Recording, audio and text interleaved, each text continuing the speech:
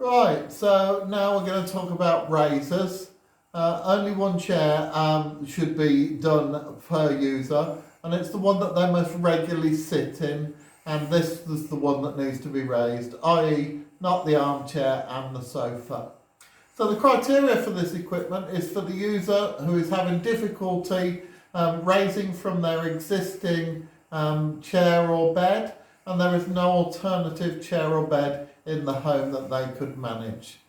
So the user who requires a chair or bed at a specific height for independence or assisted transfers, where clearance is required under the chair or bed to use things like a mobile hoist or table or carry out functional activities.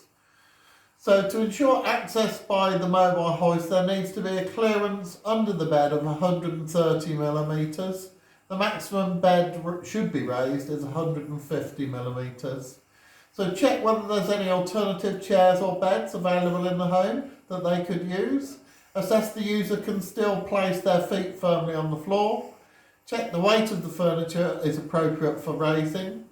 Check the stability of the bed and chair after raising. Some raisers may not be appropriate if the user drops down heavily when they sit down. The chair or bed must not be moved once the raisers are fitted. Check the positioning of the chair or the bed. It may be safer once raised if it's against the wall. Not to be used to make chairs or beds slope, i.e. only used to raise them. Do not raise a recliner chair. So here we have the Alexander raisers. When you're fitting these, you have to think about safety issues. So we fit them as you would a ski front to back. So you've got the knobs that then can adjust them to where the chair needs to be, and then the cups which will go, the feet of the chair will go in.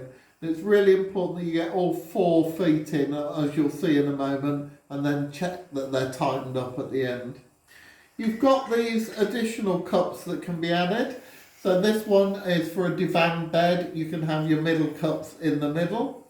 And also, if you're raising something that's a bit larger or a different type, you've got the square ones. And again, you can see how they might be fitted for bigger chair bottoms or beds.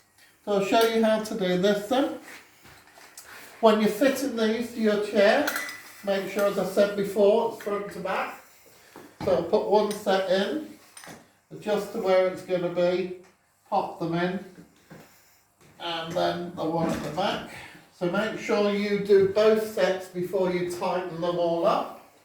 Going to come round the other side, do exactly the same this side.